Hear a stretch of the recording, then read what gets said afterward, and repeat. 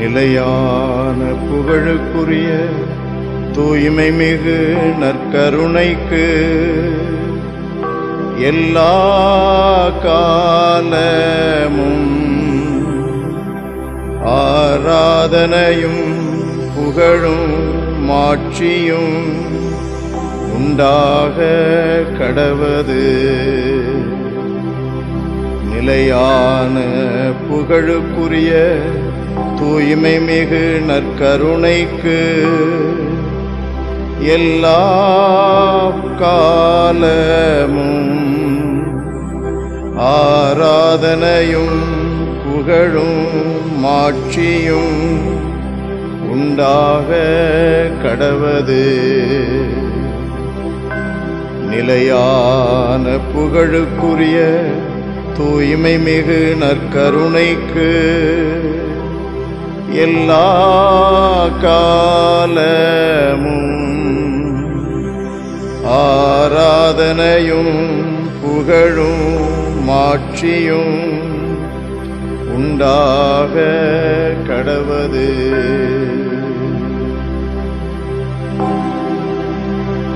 அன்பு மிகுந்த எங்கள் தகப்பனே இறைவா, உம்மை துதித்து போற்றுகிறோம், தாழ்மையோடு ஆராதிக்கிறோம். ஆண்டவரே, உமக்கு நன்றி செலுத்துகிறோம். இந்த அருமையான வேளையில் உம்முடைய பேர் இரக்கத்தை உம்முடைய திருமகனும் எங்கள் மீட்பருமான ஆண்டவர் இயேசு கிறிஸ்து நற்கருணையில் இருக்கிற எங்களுடைய ஆண்டவர் வல்லமையில் ஆண்டவரே நாங்கள் உம் திருமுன்பாக இருக்கிறோம். அவருடைய தூய்மையான பிரசன்னத்தில் நாங்கள் மகிழ்ச்சியோடு இருக்கிறோம். அவர் வழியாக நீர் காட்டுகின்ற பேர் அன்பை சுவைக்கும்படியாக ஆண்டவரே ஒவ்வொரு நாளும் அனுபவிக்கின்ற நாங்கள் சிறப்பான இந்த பிரசன்னத்திலே உம் திருமுன் நிற்கிறோம். எங்கள் ஒவ்வொருவரையும் ஆசீர்வதியும். ஆண்டவரே, மாதா தொலைக்காட்சி வழியாக இந்த நற்கருணை ஆராதனையில் பங்கெடுக்கிற ஒவ்வொரு குடும்பத்தாரையும் இந்த வேளையிலே ஆசீர்வதிப்பீராக. ஒவ்வொரு குடும்பத்திற்கும் இந்த தூய பிரசன்னத்தினுடைய வல்லமை சென்று அடையட்டும். ஆண்டவரே, உம்முடைய தூய பிரசன்னம் இங்கே இருக்கிறது என்ற நம்பிக்கையோடு கூடியிருக்கிற ஒவ்வொருவரும் ஆண்டவரே, உம்முடைய தூய்மையான பார்வையில் இருந்து கனிகின்ற இரக்கத்தை, அன்பை, கனிவை ஆண்டவரே நிரம்ப பெற்றுக்கொள்ளட்டும்.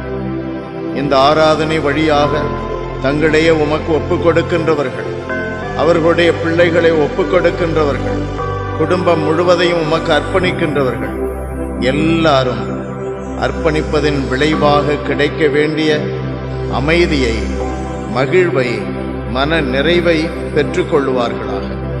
ஆசீர்வதியும் ஆண்டவரே. இந்த வேளையில் உம்முடைய பரிசுத்த ஆவியினால் எங்களை வழிநடத்துவீராக. இந்த ஆராதனைக்குள்ளே நாங்கள் தக்க விதமாய் பங்கெடுத்து உம்முடைய அன்பிற்குள்ளே நாங்கள் இன்னும் ஆழமாழமாய் செல்லுவதற்கு எங்களை வழிநடத்துவாராக. ஆசீர்வதியும். நற்கருணையில் வீற்றிருக்கிற உம்முடைய அன்பு மகன் எங்கள் மீட்பர் இயேசுவின் பெயரால் மன்றாடி கேட்கிறோம். உயிருள்ள எங்கள் நல்ல பிதாவே. ஆமென். ஆமென்.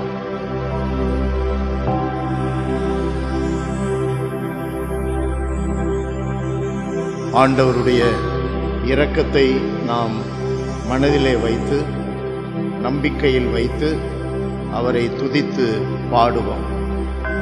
ஆண்டவர் இயேசுவை, அவருடைய இரக்கத்தை துதித்து பாட பாட நம்முடைய வாழ்க்கையிலே ஏராளமான ஆசீர்வாதங்களை நாம் பெற்றுக்கொள்ளுகிறோம். ஏராளமான ஆசீர்வாதங்கள். அவருடைய இரக்க பெருக்கம் எந்த அளவிற்கு நம்மால் துதிக்கப்படுகிறதோ அந்த அளவிற்கு அவருடைய இரக்கத்தை நாம் அனுபவிக்கிறோம்.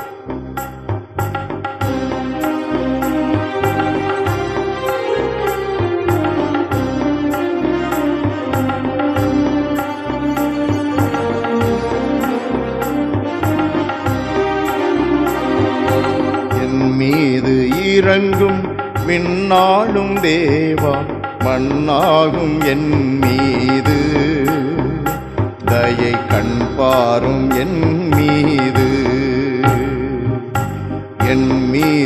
இறங்கும் விண்ணாளும் தேவா மண்ணாகும் என் மீது தயை கண் பாரும் என் மீது.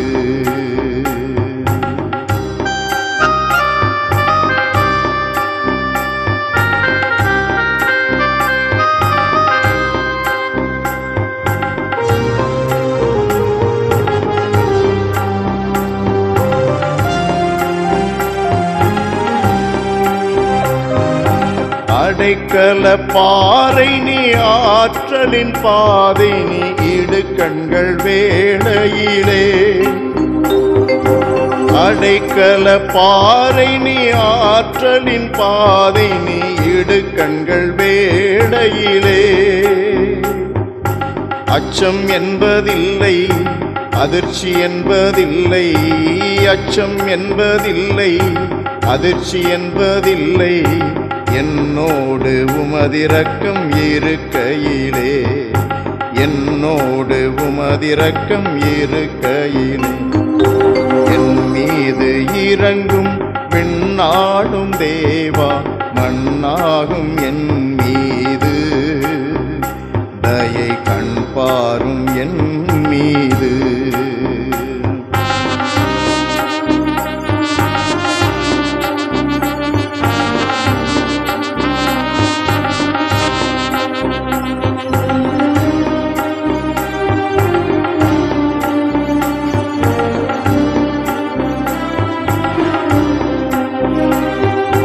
படைகளின் ஆண்டவர் பயங்களை போக்குவார், விண்ணப்பம் கேட்டிடுவார்.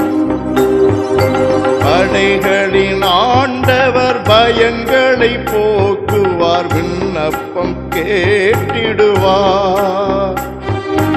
அச்சம் என்பதில்லை அதிர்ச்சி என்பதில்லை, அச்சம் என்பதில்லை அதிர்ச்சி என்பதில்லை, என்னோடு உமதிரக்கம் இருக்கையிலே, என்னோடு உமதிரக்கம் இருக்கையிலே.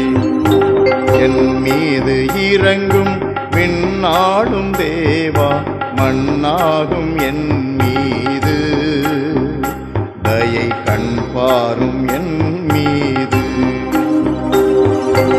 என் மீது இறங்கும் விண்ணாடும் தேவா மண்ணாகும் என் மீது தயை கண் பாரும் என் மீது. எசாயா புத்தகத்திலிருந்து வாசகம். 35வது அதிகாரம் 1 4 இறை வார்த்தை முடிய. பாலை நிலமும் பாழ்வெளியும் அகமகிழும், பொட்டல் நிலம் அக்களிப்படைந்து லீலி போல் பூத்து குலுங்கும். அது வளமாய் பூத்து குலுங்கி மகிழ்ந்து பாடி களிப்படையும். லெபனோனின் எழில் அதற்கு அளிக்கப்படும், கர்மேல் சாரோனின் மேன்மை அதில் ஒளிரும். ஆண்டவரின் மாட்சியையும் நம் கடவுளின் பெருமையையும் அவர்கள் காண்பார்கள். தளர்ந்து போன கைகளை திடப்படுத்துங்கள், தள்ளாடும் முழங்கால்களை உறுதிப்படுத்துங்கள்.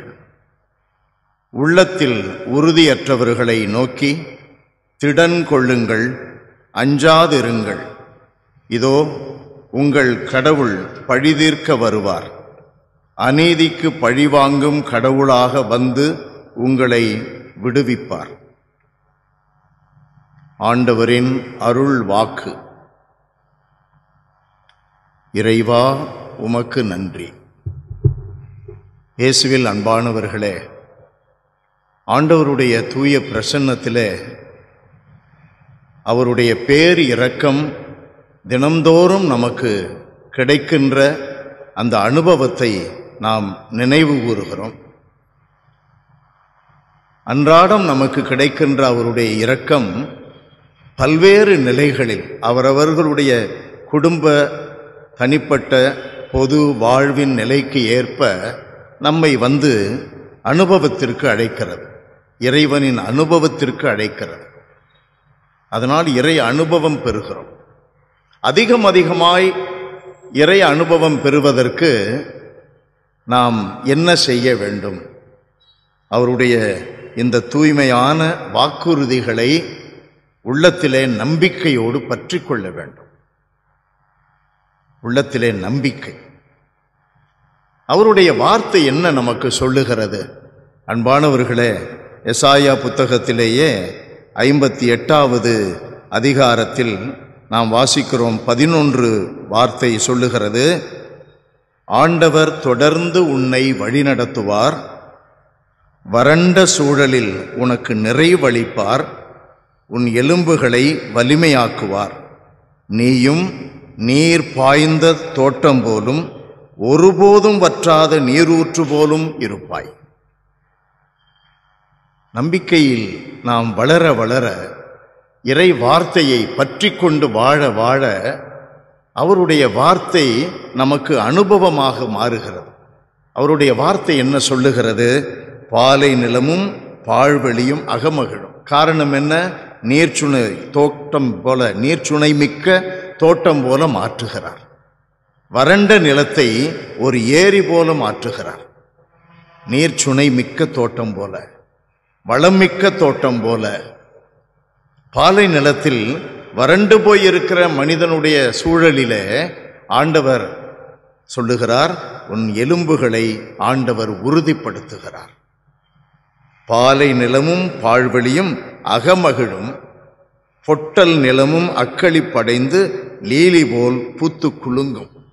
அன்பானவர்களே, இறைவனுடைய இரக்கத்தை தினம்தோறும் ஏதாவது ஒரு வகையிலே நாம் அனுபவிக்கிறோம். நாம் எண்ணி பார்க்க வேண்டும். நாம் சுவாசிக்கின்ற மூச்சு நமக்கு இன்றளவும் இருக்கிறது. நாம் சுவாசிக்கின்ற மூச்சு நின்று போகவில்லை. நாம் குடிப்பதற்கென்று தண்ணீரை அவர் கொடுக்கிறார். இவைகள் இல்லாவிட்டால் என்ன நிகழும்? அன்பானவர்களே, நமக்கு தேவையான வெயில் கிடைக்கிறது, நமக்கு தேவையான மழை கிடைக்கிறது. எனக்கு ஒரு நிகழ்வு ஞாபகம் வருகிறது. அன்பிற்குரியவர்களே, ஒரு பழங்களை விற்பவர் ஒரு சாதாரண வண்டியிலே, பிளாட் வண்டி என்று சொல்லுகிறார்களே, அதில் பழங்களை விற்பவர் விற்று கொண்டிருக்கிறார்.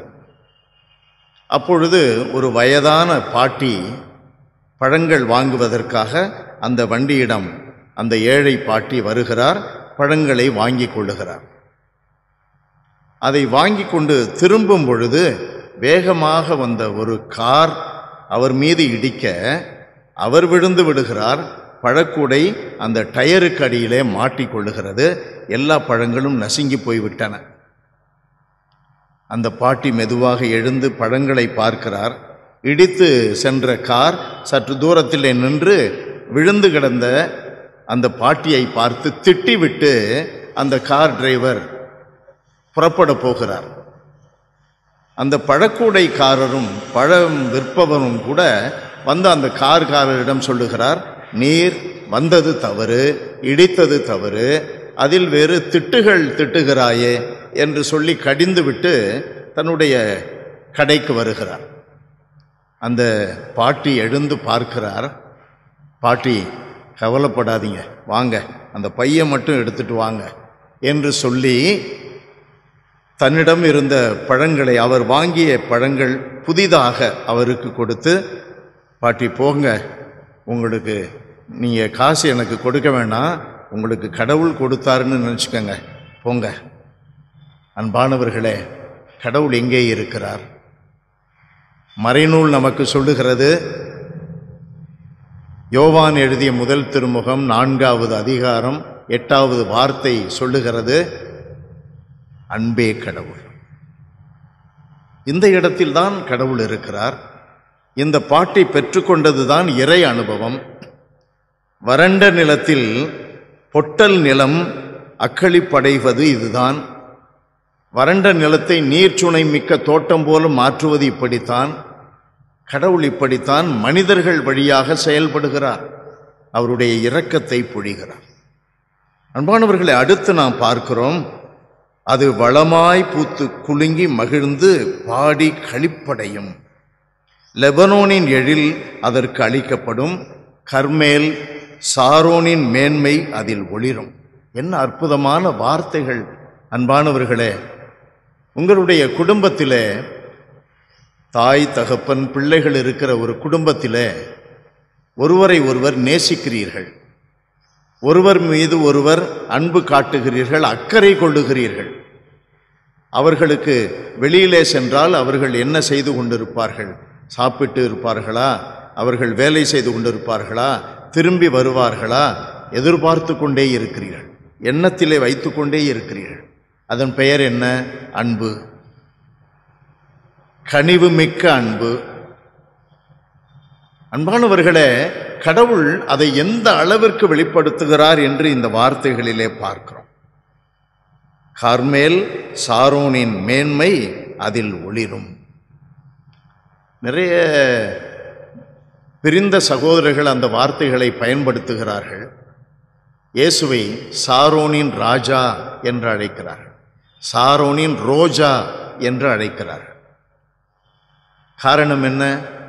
அந்த சாரோன் ஒரு மலை, அந்த உயர்ந்த பகுதியிலே ஏராளமான பூக்கள் இருக்கின்ற ஒரு மலை.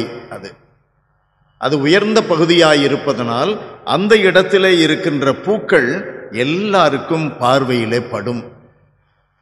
காணுகின்ற அனைவருக்கும் அந்த அழகான காட்சி கிடைக்கிறது. கர்மேல் மலை நிறைய மரங்கள் அடர்ந்த ஒரு மலை. அது பார்ப்பவர்களுக்கு பசுமையை கொடுக்கிறது, கண்களுக்கு குளிர்ச்சியை அளிக்கிறது, மகிழ்ச்சியை கொடுக்கிறது. அதனால்தான் கர்மேல் சாரோனின் மேன்மை அதில் ஒளிரும் என்று சொல்லப்படுகிறது. அந்த சாரோனின் மலர்களை பார்க்கிறவர்கள் மகிழ்ச்சி அடைகிறார்கள். யாரும் பார்க்கலாம், அதனுடைய வாசத்தை, நறுமணத்தை யாரும் நுகரலாம். அன்பானவர்களே, நம்முடைய கடவுள் இன்னார் இன்னாருக்கு என்று அல்ல, உலகம் முழுமையும் இருக்கிற எல்லா மக்களுக்கும் இரக்கத்தை கொடுக்கிறார், எல்லா மக்களுக்கும் மகிழ்ச்சியை கொடுக்கிறார். அவரை நம்புகின்ற ஒவ்வொருவருக்கும் அவரால் அந்த மன நிறைவு கிடைக்கிறது. இயேசுவை யாரும் அணுகி வரலாம், பாவிகள் அணுகி வரலாம், நீதிமான்கள் அணுகி வரலாம். ஆண்டவர் சொல்லுகிறார், இயேசு சொல்லுகிறார், யோவான் நற்செய்தியிலே 6வது அதிகாரம் அதில் 38, 37 அந்த வசனங்களில், என்னிடம் வருகிறவர்களை நான் ஒருபோதும் புறக்கணிப்பதில்லை. அன்பானவர்களே, நானும் நீங்களும் ஆண்டவர் முன்னிலையிலே பாவிகள் தான். பாவிகளையே தேடி வந்தேன் என்று சொல்லுகிற ஆண்டவரிடம் நாம் எந்த வேளையிலும் வரலாம், எப்பொழுதும் நம்பிக்கையோடு அவரிடம் செல்லலாம். சக்கேயு அவருடைய வார்த்தையை கேட்டு மகிழ்ச்சியோடு வீட்டிற்குள் ஓடுகிறான். அவருடைய வார்த்தையை கேட்டு மகிழ்வோடு வீட்டை விட்டு வெளியே வருகிறார். அந்த நகரிலேயே பாவியாக கருதப்பட்ட பெண், லூக்கா நற்செய்தி 7:50 நாம் வாசிக்கிறோம். விபச்சாரத்திலே கையுமையுமாக பிடிபட்ட பெண், 8வது அதிகாரம் யோவான் நற்செய்தியிலே நாம் வாசிக்கிறோம். 10-11 வசனங்கள் வரையிலும் அந்த மகிழ்ச்சியோடு அந்த பெண் செல்கிறார், மன்னிக்கப்பட்ட நிலையிலே. அன்பானவர்களே, மன்னிக்கப்பட்ட நிலையிலே மகிழ்ச்சியோடு செல்லுகிறார். நம்மை ஏற்றுக்கொள்ள மாட்டாரா? வறண்ட நிலமாக இருக்கிறோமே, பாவியாக இருப்பதனால் வறண்ட நிலமாக இருக்கிறோமே, கடந்து போன காலத்திலே கசப்பான அனுபவங்களினால் வறண்ட நிலமாக இருக்கிறோமே, நம்முடைய குடும்பத்திலே பல பிரச்சனைகள், நம்மால் உடனடியாக ஒரு தீர்வு காண முடியவில்லை, தீர்வை காண விழைகிறோம், ஆனால் முடியவில்லை. வறண்ட நிலமாக இருக்கிறோமே, பாலை நிலமாக இருக்கிறோமே, கடவுள் கைவிட்டு விடுவாரா? ஆண்டவருடைய வார்த்தை என்ன சொல்லுகிறது? பாலை நிலமும் பாழ்வெளியும் அகமகிடும், பொட்டல் நிலமும் அக்களிப்படைந்து லீலி மலல் போல் பூத்து குலுங்கும். அன்பானவர்களே, ஆண்டவர் இரக்கம் மிக்கவர், ஆண்டவர் இரக்கம் மிக்கவர். அவர் யாரையும் கைவிடுவதில்லை, வருகிற யாவருக்கும் அவர் தடை போடுவதில்லை. அவரே நம்முடைய வாழ்க்கையிலே அவரிடம் செல்லுவதற்கு தடைகள் இருந்தால் அதை உடைப்பவர். Praise the Lord. அதை உடைப்பவர். 2:13 மீகா புத்தகத்திலே வாசிக்கிறோம், தடைகளை உடைக்கிறவர் முன்னே செல்ல அவருடைய பிள்ளைகள் அவரை பின்பற்றி பின்னே செல்லுவார்கள். நமக்கு வழி உண்டு. 14:6 யோவான் நற்செய்தியிலே வாசிக்கிறோம், ஆண்டவர் இயேசு சொல்லுகிறார், நானே வாழ்வு, நானே வழி. அவர்தான் நமக்கு வழியாக இருக்கிறார். அந்த வழி எப்படிப்பட்டது? அதைத்தான் நாம் நம்பிக்கையிலே பற்றி கொள்ள வேண்டும். அந்த வழி எப்படிப்பட்டது? இணைச்சட்ட நூலிலே நாம் 30:15 வாசிக்கிறோம். அன்பானவர்களே, எசாயா புத்தகத்திலும் கூட நாம் 30:21 வாசிக்கிறோம். ஆண்டவர் என்ன சொல்லுகிறார்? அந்த வழி எப்படிப்பட்டது? நீங்கள் வலப்புறமோ இடப்புறமோ எப்பக்கம் சென்றாலும் இதுதான் வழி, இதில் நடந்து செல்லுங்கள் என்னும் வார்த்தை பின்னிருந்து உங்களுடைய செவிகளில் ஒலிக்கும். இதுதான் வழி, இதுதான் வழி. நமக்கு தெளிவாக கடவுள் காட்டுகிறார். ஆண்டவருடைய வாக்குறுதிகளை பற்றி கொள்வது என்றால் அவர் சொல்லுகின்ற வார்த்தைகள் நமக்கு மிக தெளிவாக, கண்டிப்பாக, அன்பானவர்களே, நம்மை நெறிப்படுத்தி அந்த இடுக்கான பாதை வழியே செல்ல அழைத்து செல்லும். அந்த வழியில் செல்லுவது 13:24 லூக்கா நற்செய்தியிலே வாசிப்பது என்ன? அந்த வழியிலே சென்றால் நமக்கு வாழ்வு உண்டு, வாழ்வு உண்டு. ஆகையினால் இன்றைக்கு இந்த வசனம் நமக்கு சொல்லுகிற வார்த்தை என்ன? இந்த இயேசுவை யாரும் அனுபவிக்கலாம், யாரும் அவரிடம் அணுகிச் செல்லலாம், யாருக்கும் அவரிடம் இருந்து இரக்கம் காட்டு. சாரோனின் மேன்மை அதில் ஒளிரும். சாரோன், அந்த பூக்கள் எல்லாருடைய கண்கள், அந்த பகுதியிலே செல்லுகின்ற எல்லாருடைய கண்களுக்கும் அந்த பார்வையில் கிடைக்கும். அந்த நறுமணம் எல்லாராலும் நுகரப்படும். யாருக்கும் the invitation is given to all the people of this world. நம்மை அழைக்கிறார். அந்த அழைக்கின்ற கடவுளை புகழ்ந்து பாடி ஆண்டவரை ஆராதிப்போம்.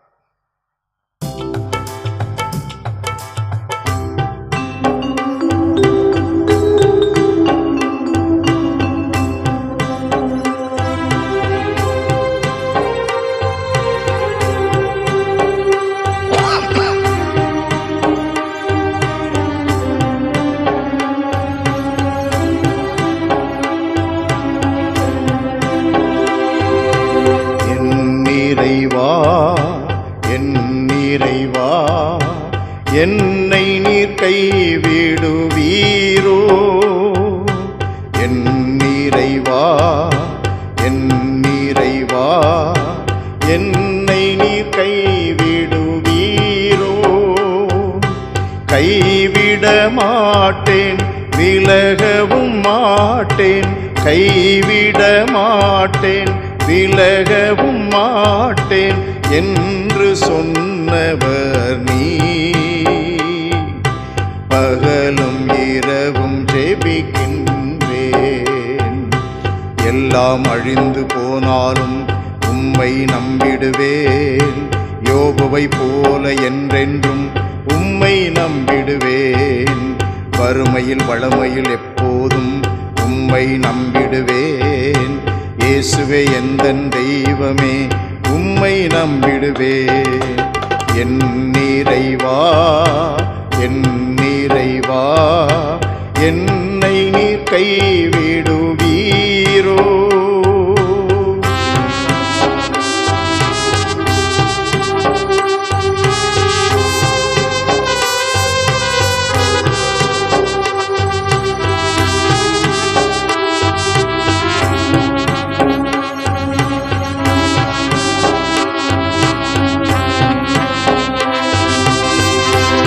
பயப்படாதே, உன்னுடன் இருப்பேன்.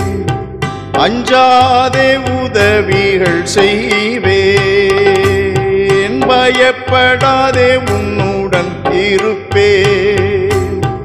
அஞ்சாதே, உதவிகள் செய்வேன் என்று உறுதியளித்தீர். துன்பங்கள் விலகட்டுமே என்று உறுதியளித்தீர்.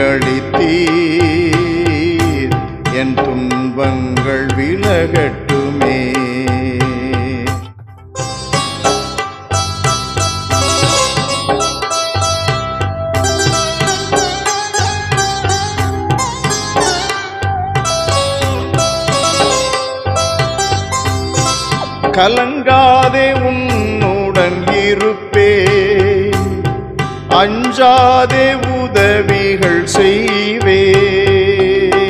கலங்காதே உன்னுடன் இருப்பேன், அஞ்சாதே உதவிகள் செய்வேன் என்று உறுதியளித்தீர்.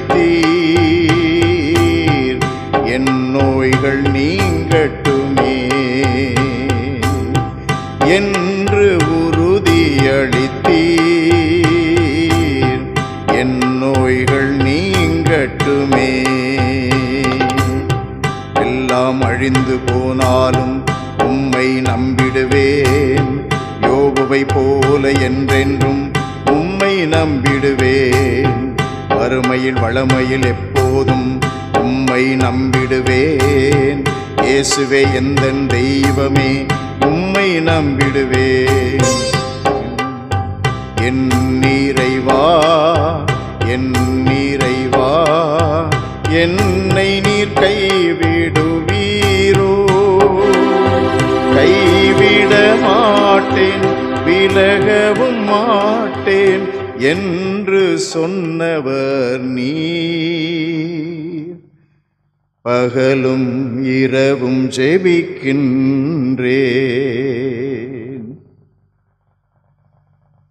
அனைவரும் இப்பொழுது கண்களை மூடி நாம் நம்மை முழுவதுமாக இந்த நம்பிக்கையில் ஆண்டவர் உறுதிப்படுத்த வேண்டும் என்ற விண்ணப்பத்தோடு மனதிலே செபிப்போம். எங்கள் அருமையான ஆண்டவரே இயேசுவே, நற்கருணையில் வீற்றிருக்கிற எங்கள் கடவுளே, நீர் எவ்வளவு நல்லவர். சாரோனின் மலர்களைப் போல, சாரோன் என்ற மலர்கள் நிறைந்த அந்த மலை பெற்றிருக்கின்ற அந்த மேன்மையை நாங்கள் ஒவ்வொருவரும் எங்களுடைய வாழ்க்கையில் அனுபவிக்க நீர் மிகுந்த தாராளமாய் எங்களுக்கு அழைப்பு விடுக்கிறீர். அப்பா, எங்கள் மீட்பரே, என்றும் எங்களோடு இருக்கின்ற, எந்நாளும் உங்களோடு இருப்பேன் என்ற வாக்குறுதி வழியாக நற்கருணை மூலம் எங்களோடு தங்கியிருப்பவரே, கார்மேல் மலையின் அழகும் சாரோனின் மேன்மையும் எங்களுடைய வாழ்க்கையில அனுதினமும் இருக்க வேண்டும் என்று மன்றாடி கேட்கிறோம். எவ்வளவு துன்பங்கள் இருந்தாலும், எவ்வளவு இக்கட்டுகளும் இடைஞ்சல்களும் எங்கள் வாழ்க்கையில் எங்களை தாக்கினாலும் கூட உம்மோடு நாங்கள் இணைந்து இருக்கும்போது நீர் கொடுத்திருக்கின்ற இந்த வாக்குறுதிகளை நம்பிக்கையில் பற்றி கொள்ளும் பொழுது பொட்டல் நிலமும் பாழ்வெளியும் அக்களிக்கும், மகிழ்ந்து களிகூறும் என்று சொல்லப்பட்டுள்ள உம்முடைய வார்த்தைகளின்படியே நாங்கள் மகிழ்ந்திருப்போம். நாங்கள் மகிழ்ச்சியோடு எங்களுடைய துன்பங்களை கடந்தும் உம்மை பின்பற்றுவதில் நிலைத்திருப்போம். ஆண்டவரே, அந்த உறுதியை எங்களுக்கு தாரும். என்றும் வாழுகின்ற நற்கருணையில் வீற்றிருக்கும் எங்கள் மீட்பரும் ஆண்டவருமான இயேசுவின் பெயரால் தந்தையே உம்மை மன்றாடுகிறோம். ஆமென், ஆமென். இயேசுவில் அன்பானவர்களே, யோவான் நற்செய்தியிலே 14வது அதிகாரத்தை நாம் தொடக்கத்தில் இருக்கிற பகுதியை நம்முடைய இந்த சிந்தனைக்கு ஆண்டவருடைய தூய பிரசன்னத்திலே எடுத்துக்கொள்வோம். மேன்மைக்கு அழைத்து செல்லுகின்ற இந்த கடவுள் எல்லாருக்கும் அழைப்பு விடுக்கின்ற இந்த கடவுள் மீட்பராகிய நம் மீட்பராகிய இயேசு கிறிஸ்து நம்மை உறுதிப்படுத்துகிறார். ஏற்கனவே நாம் சிந்தித்த வார்த்தையைப் போல பாழ்வெளியில் உன் எலும்புகளை உறுதிப்படுத்துவேன் என்று சொன்னதைப் போல ஆண்டவருடைய வார்த்தை அமைந்துள்ளது. இயேசு, நீங்கள் உள்ளம் கலங்க வேண்டாம், கடவுளிடம் நம்பிக்கை கொள்ளுங்கள், என்னிடமும் நம்பிக்கை கொள்ளுங்கள் ஆண்டவர் சொல்லுகிறார். ஆண்டவர் இயேசுவுக்கு நிறைய எதிர்ப்புகள் இருந்தது. அவர் உடல் உயிர் வாழ்க்கையில் இருந்தபோது நிறைய எதிர்ப்புகள் இருந்தது. அவரை மடக்க பார்த்தார்கள், அவரை சோதித்தார்கள், அவரை கல்லால் அடிக்க முயன்றார்கள், அவரை சிறைபிடிக்க பார்த்தார்கள். ஆனால் முடியவில்லை. இயேசு என்ன சொல்லுகிறார்? எந்த அளவு நம்பிக்கை இருந்தது! இவ்வளவு எதிர்ப்புகளும், அவருக்கு எதிராக பரிசேயர்கள், மறைநூல் அறிஞர்கள், குருக்கள், தலைமை குருக்களுடைய பகைமை இருந்த போதும் கூட அவர் ஏன் நம்பிக்கையோடு இருந்தார்? அன்பானவர்களே, நமக்கு அதை கற்றுக் கொடுக்கிறார். ஏன் நம்முடைய வாழ்க்கையிலே நம்பிக்கையில் உறுதியாக இருக்க வேண்டும் என்று. யோவான் நற்செய்தியிலேயே நாம் வாசிக்கிறோம், 8வது அதிகாரம், அதில் 29 சொல்லுகிறது, என்னை அனுப்பியவர் என்னோடு இருக்கிறார், என்னை அவர் தனியாக விட்டு விடுவதில்லை. 5வது அதிகாரத்தில் 30வது வார்த்தையிலே நாம் வாசிக்கிறோம், நானாக எதுவும் செய்ய இயலாது, தந்தை சொற்படிதான் நான் தீர்ப்பிடுகிறேன், என் விருப்பத்தை நாடாமல் என்னை அனுப்பியவரின் விருப்பத்தையே நாடுகிறேன். இதுதாங்க நம்முடைய வாழ்க்கையில வெற்றிக்கான ரகசியம். யாருக்கு கஷ்டம் இல்லை? ஏழைக்கு உப்பு கிடைக்கலன்னா பணக்காரனுக்கு சர்க்கரை கிடைக்கல. ஏழைக்கு சாப்பாடு கிடைக்கலன்னா பணக்காரனுக்கு இருக்கிறத சாப்பிட முடியல. பணம் இல்லாதவன் பணம் இல்லையே, அடுத்த வேளைக்கு என்ன செய்வோம் என்று தவிக்கிறான். பணம் வைத்திருப்பவன் அதை எப்படி காப்பாற்றுவது என்று தவிக்கிறான். அன்பானவர்களே, வீட்டுக்கு வீடு வாசல் படி. வெளியிலே பார்ப்பதற்கு பளபளப்பாக இருக்கிறார்கள். வெளியிலே பார்ப்பதற்கு அவர்கள் எந்த குறைவுபடாமல் இருப்பதை போல தோற்றம் அளிக்கிறார்கள். ஆனால் வனப்பாக இருக்கிற வெள்ளையடிக்கப்பட்ட கல்லறைகளைப் போல வெளிவேஷத்தை குறிப்பது மட்டுமல்ல, அந்த ஆண்டவருடைய வார்த்தை உள்ளத்திலே மகிழ்ச்சி இல்லாமல் வெளியில் மகிழ்ச்சியோடு இருப்பதைப் போல காட்டிக்கொள்ளுகிறவர்களுக்கும் அந்த வார்த்தை தான். உள்ளேயோ எவ்வித இறந்தவர்களுடைய அழுகிப்போன சதையும் துர்நாற்றம். அதை போல அவர்களுக்கு மனதிலே அமைதி இல்லை, வீட்டிலே அமைதி இல்லை, செய்வதிலே அவர்களுக்கு வெற்றி இல்லை, செய்வதிலே அவர்களுக்கு திருப்தி இல்லை. அன்பானவர்களே, அந்த திருப்தியை, அந்த அமைதியை, அந்த மகிழ்ச்சியை, அந்த நம்பிக்கையை கடவுள் யாருக்கு கொடுக்கிறார்? அவர் மீது நம்பிக்கை வைத்திருப்பவர். திமோத்தேயுக்கு பவுலடியார் எழுதுகிறார், 2வது அந்த திருமுகத்தில் 1 அதிகாரம், அதில் 12வது வார்த்தையில் நாம் வாசிக்கிறோம். பழைய மொழிபெயர்ப்பில் அதை வாசிக்க வேண்டுமென்றால் என்ன சொல்லுகிறார் பாருங்கள், நான் யாரிடம் நம்பிக்கை கொண்டுள்ளேன் என அறிவேன். 12வது வார்த்தை, நான் இவ்வாறு துன்புற்று வருகிறேன், எனினும் வெட்கமுறுவதில்லை, ஏனெனில் நான் யாரிடம் நம்பிக்கை கொண்டுள்ளேன் என அறிவேன். பழைய மொழிபெயர்ப்பிலே நான் யாரை நம்பியிருக்கிறேன் என்று எனக்கு நன்றாக தெரியும். அன்பானவர்களே, தந்தை கடவுளை அவர் மிகுந்த நம்பிக்கையோடு பற்றி கொண்டார். அவர் விருப்பத்தையே நிறைவேற்றினார். பகைமை வந்தது, வெறுப்பு வந்தது, கல்லால் அடிக்க பார்த்தார்கள், சோதிக்க பார்த்தார், என்ன வேலாம் செய்ய முயன்றார்கள், ஒண்ணுமே முடியல. காரணம் என்ன?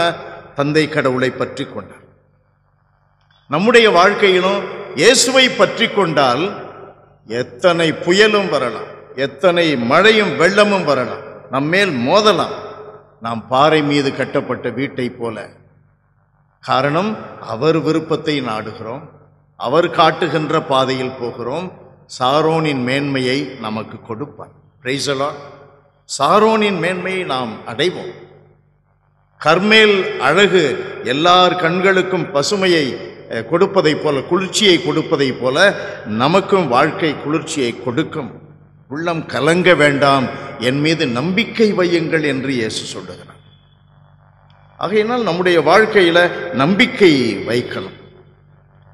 ஒரு பெரிய இந்திய அளவில் ஒரு சைக்கிள் ஓட்டுகின்ற போட்டி நடந்தது. பலர் கலந்து கொண்டார்கள். நிறைய இளைஞர்களும் பெரியவர்களும் கூட அவர்களை உற்சாகப்படுத்தி கொண்டிருந்தார்கள். அப்பொழுது ஒரு சிலர் சொன்னார்கள், போகிற வழியில் நீங்கள் சைக்கிளில் இந்தியா பூரா சுற்ற போகிறீங்களே, சுற்றுற போது ஆக்சிடெண்ட் ஆகிட்டா என்ன செய்வீங்க? ஒரு சிலர் சொன்னாங்க, போகும்பொழுது பஞ்சர் ஆகிடுச்சு, 2 டயரும் பஞ்சர் ஆகிடுச்சு, எல்லாருக்குமே பஞ்சர் ஆகிடுச்சு, என்ன செய்வீங்க? போகிற வழியில் உங்களுக்கு யாருக்கோ உடம்பு சரியில்லை, என்ன செய்வீங்க? எல்லாம் கேட்டுக்கொண்டிருந்த அந்த சைக்கிள் இந்தியா முழுவதும் சுற்றி வர காத்திருந்த அந்த சைக்கிள் வீரர்கள் என்ன சொன்னார்கள்? அதில் ஒருவர் சொன்னார், இவைகளெல்லாம் நடந்தாலும் இவைகளெல்லாம் தாண்டி நாங்கள் இந்தியாவை சுற்றி வரப்போகிறோம், நாங்கள் தைரியமாக இருக்கிறோம், கட்டாயம் வென்றே தீர்வோம் என்று சொன்னார். அதுதான் நம்பிக்கை. வாழ்க்கையிலே எவ்வளவும் நடக்கும். 4:13 பிலிப்பியருக்கு பவுலடியார் எழுதுகிற அந்த வார்த்தைகளை யோசனைகளை வைப்போம்.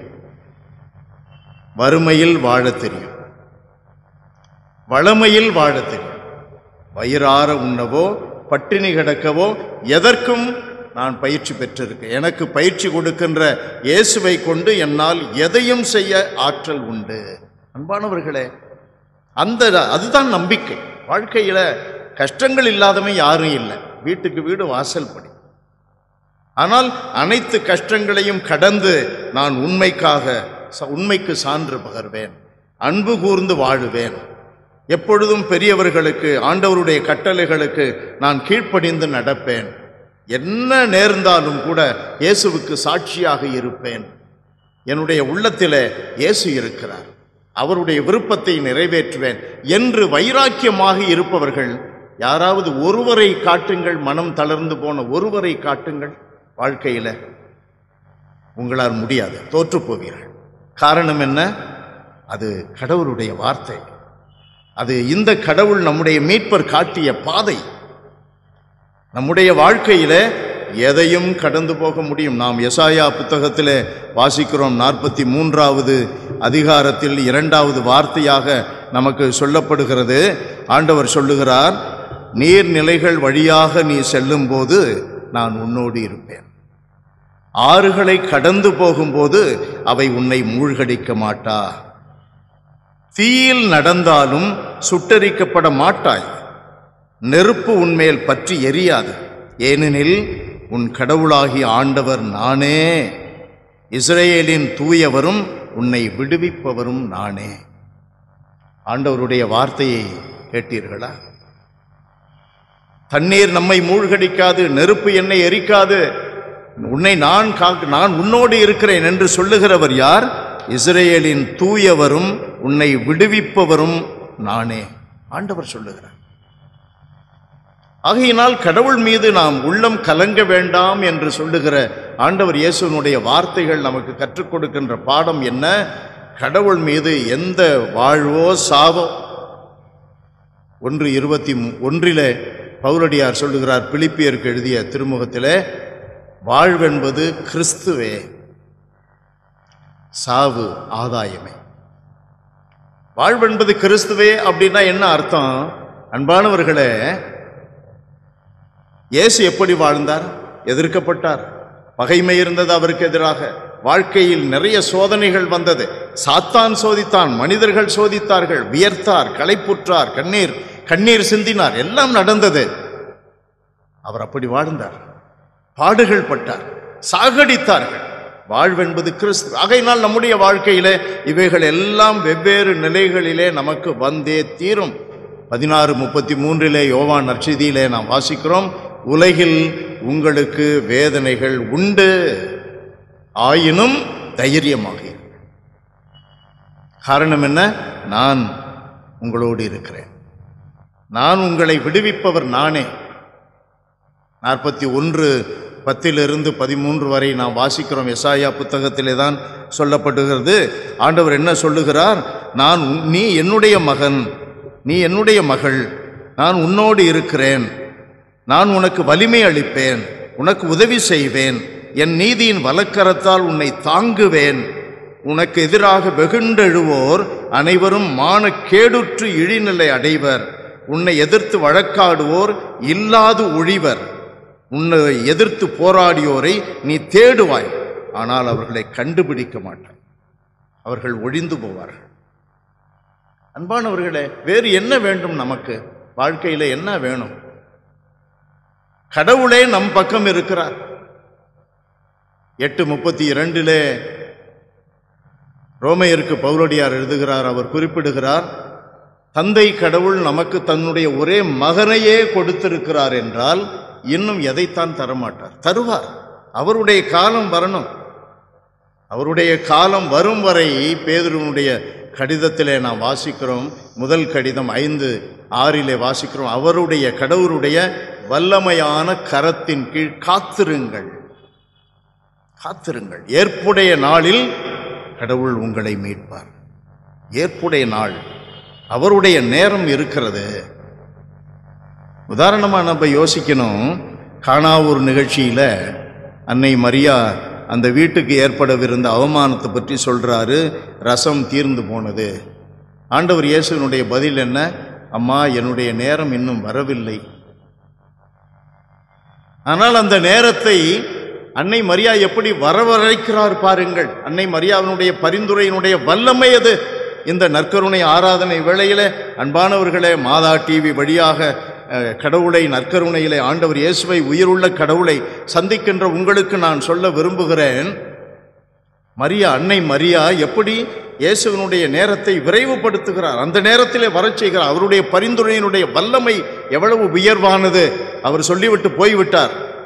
ஆனால் நடந்தது என்ன? இயேசு உடனடியாக தண்ணீரை திராட்சை ரசமாக்குகிறார். அன்னை மரியா இந்த நற்கருணை நாதர் அருகிலேயே இருக்கிறார் எப்பொழுதும். நற்கருணை பேழை அருகிலேயே இருக்கிறார் எப்பொழுதும். இயேசுவை நம்புகின்றவர்கள் அருகிலேயே இருக்கிறார் அன்னை மரியா எப்பொழுதும் நமக்காக பரிந்துரைக்க. பரிந்துரைப்பவர் இவ்வளவு வல்லமையான பரிந்துரையாளர் என்றால் கொடுப்பவர் எத்தனை வல்லமை உள்ளவராக இருக்க வேண்டும். ஆகையினால் நாம் என்ன நேர்ந்தாலும் அவரே சொல்லி இருப்பது போல, இஸ்ரேலை விடுவிப்பவர் நானே, இதை உங்களுக்கு கூறுகிறேன். அன்பானவர்களே, எசாயா புத்தகத்தில் தான் 45வது அதிகாரம், அதில் 2, நான் உனக்கு முன்னே சென்று குன்றுகளை சமப்படுத்துவேன், செப்பு கதவுகளை உடைத்து இருப்பு தாழ்பாள்களை தகர்ப்பேன், இருளில் மறைத்து வைக்கப்பட்டுள்ள கருவூலங்களையும் மறைவிடங்களில் ஒளித்து வைத்த புதையல்களும் உனக்கு நான் தருவேன். பெயர் சொல்லி உன்னை அழைத்த இஸ்ரேலின் கடவுளாகிய ஆண்டவர் நானே என்பதை நீ அறியும்படி இதை செய்வேன். அதுதான் அனுபவம். நீ அனுபவிக்கும்படி இதை நான் செய்வேன். உனக்கு வாழ்க்கையில் தடை இருக்குதா? அதை, அந்த குன்றை உடைத்து சமதளமாக்குவார். தடைகளை அகற்றுவார். நன்மைகளின் களஞ்சியம் உனக்கு பூட்டப்பட்டு இருக்கிறதா? உனக்கு முன் சென்று செப்பு கதவுகளை உடைத்து இருப்பு தாழ்பார்களை தகர்ப்பேன், இருளில் மறைத்து வைத்த கருவூலங்களையும் மறைவிடங்களில் ஒளித்து வைத்த புதையல்களையும் உனக்கு நான் தருவேன். என்ன அற்புதமான வார்த்தை அன்பிற்குரியவர்களே! இதில் ஆராதனையில பங்கெடுக்கிற உங்களுடைய குடும்பங்களில் தடைகள் இருக்கிறதா? உங்களுடைய தனிப்பட்ட வாழ்க்கையிலே தடைகள் இருக்கிறதா? நன்மைகளின் களஞ்சியத்தின் கதவு பூட்டப்பட்டு இருக்கிறதா? ஆண்டவர் அந்த கதவை திறந்து விடுவார். அந்த தடையை உடைத்து போடுவார். நம்பிக்கையோடு இருங்கள். நான் இந்த குருத்துவ வாழ்க்கையிலே 44வது ஆண்டிலே நடந்து கொண்டிருக்கிறேன், பயணித்து கொண்டிருக்கிறேன். என்னுடைய வாழ்க்கையில் எத்தனை துன்பங்கள் வந்தன. மறை மாவட்டத்தில் என்னுடைய குருத்துவ பணியில், என்னுடைய சொந்த வாழ்க்கையில், நான் பணி செய்த இடங்களில் எவ்வளவு துன்பங்கள்! எல்லாருக்கும் துன்பங்கள் வரும். ஆண்டவர் சொல்லி இருக்கிறார், உங்களுக்கு உலகில் வேதனைகள் உண்டு, தைரியமாக. இப்பொழுது நான் திரும்பி பார்க்கிறேன், என்னுடைய 43 ஆண்டுகளை திரும்பி பார்க்கிறேன். எங்கே போனது அந்த துன்பங்கள்? வெற்றி மேல் வெற்றியைத்தான் ஆண்டவர் கொடுக்கிறார். கனிகளுக்கு மேல் கனிகளைத்தான் ஆண்டவர் பார்க்கிறார். நான் அதை அனுபவிக்கவும் செய்கிறார். நாம் செய்ய வேண்டியது என்ன? அவரை பற்றி கொள்வது, அவரிடம் சரணாகதி அடைவது, அவர்தான் எனக்கு எல்லாம் என்று இருப்பது. மாணவர்களே, இந்த நம்பிக்கையோடு நாம் இப்பொழுது இந்த பாடலிலே ஜெப உணர்வோடு பங்கெடுப்போம்.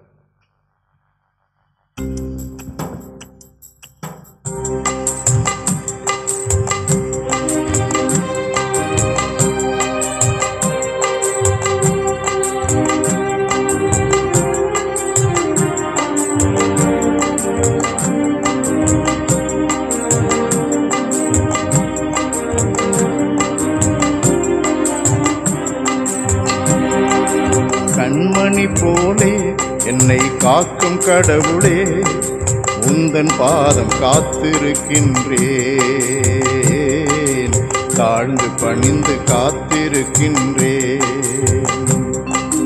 கண்மணி போலே என்னை காக்கும் கடவுளே, உந்தன் பாதம் காத்திருக்கின்றேன், தாழ்ந்து பணிந்து காத்திருக்கின்றேன்.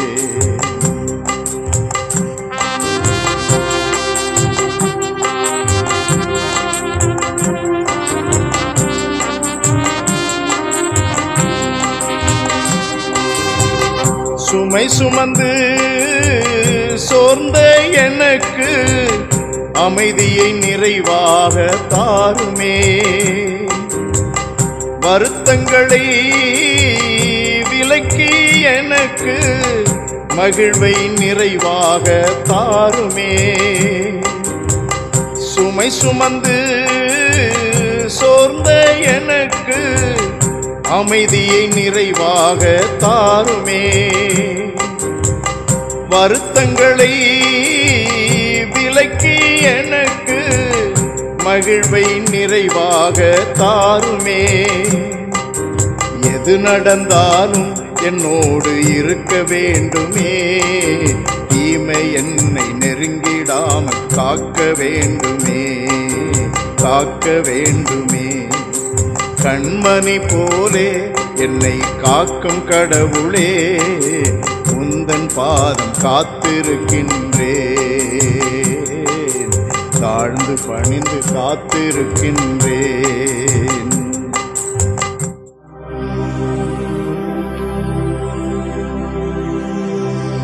அன்பு நிறைந்த எங்கள் ஆண்டவரே, நற்கருணையில் வீற்றிருக்கிற எங்கள் இயேசுவே, உம்மை தாழ்மையோடு ஆராதிக்கிறேன். எங்கள் ஒவ்வொருவருடைய குடும்பத்தையும் நீர் தயவோடு ஆசீர்வதியும்.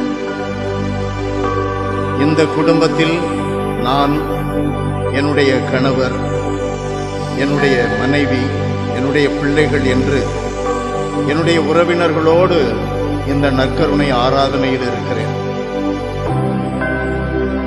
அல்லது என்னுடைய குடும்பத்திலே நான் தனியாக இந்த ஆராதனையிலே மாதா டிவி வழியாக பங்கெடுத்துக் கொண்டிருக்கிறேன். என்னையும் என்னுடைய குடும்பத்தாரையும் ஆசீர்வதியும். என்னுடைய வாழ்க்கையிலே எவ்வளவோ துன்பங்கள், எவ்வளவோ தவறான புரிதல்கள், எத்தனையோ தோல்விகள், அனைத்தின் மத்தியிலும் நீர் என்னோடு இருக்கிறீர்.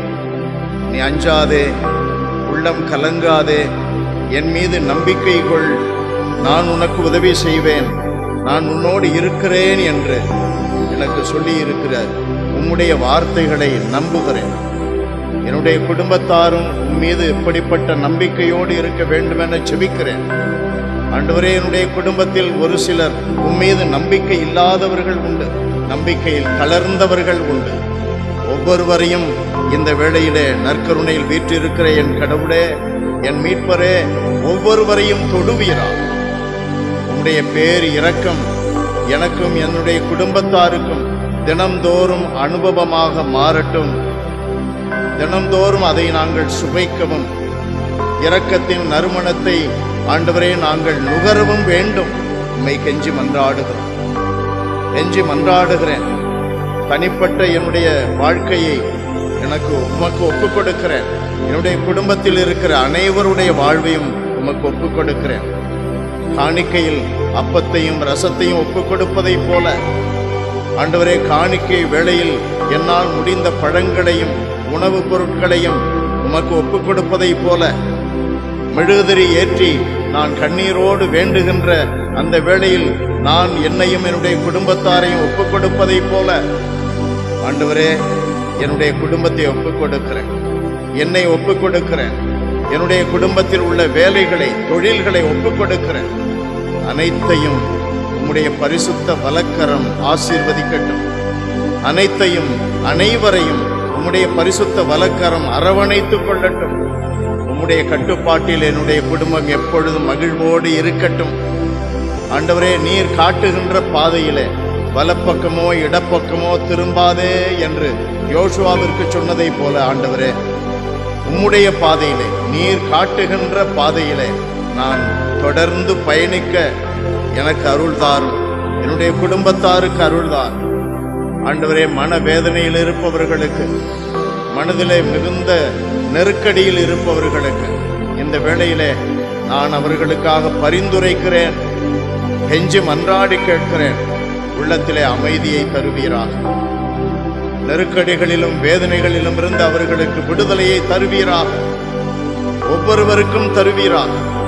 கேளுங்கள் தருகிறேன் என்று சொல்லி இருக்கிறீரே. உன்னுடைய துன்பத்தில் என்னை கூப்பிடு, நான் உன்னை விடுவிப்பேன் என்று சொல்லி இருக்கிறீரே. நான் உன்னை கைவிட மாட்டேன், உன்னை விட்டு விலக மாட்டேன் என்று சொல்லி இருக்கிறீரே. ஆண்டவரே, அவர்களுடைய வேதனைகளை தீரும், நெருக்கடிகளை ஒரு முடிவுக்கு கொண்டு வார். உம்மிலே கொண்டிருக்கிற நம்பிக்கை இன்னும் வளரும்படியாக செய்யும். உமக்கு சாட்சியாக எழுந்து ஒளி வீசும்படியாக செய்யும். ஆசீர்வதியும் ஆண்டவரே, உம்மை கெஞ்சி மன்றாடுகிறேன். ஆசீர்வதி.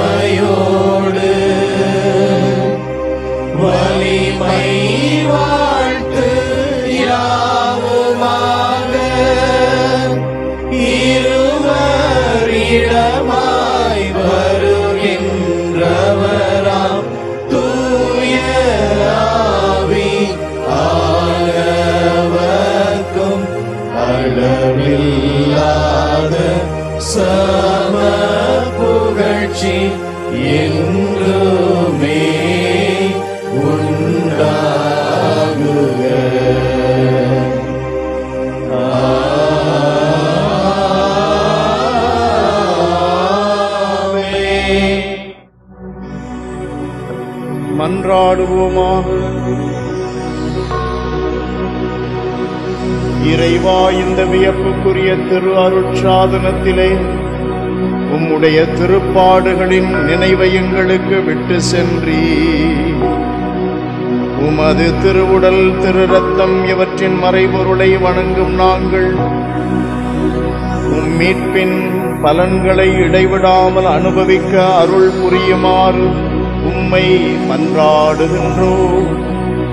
என்றென்றும் வாழ்ந்து ஆட்சி செய்கின்றவர் நீரே.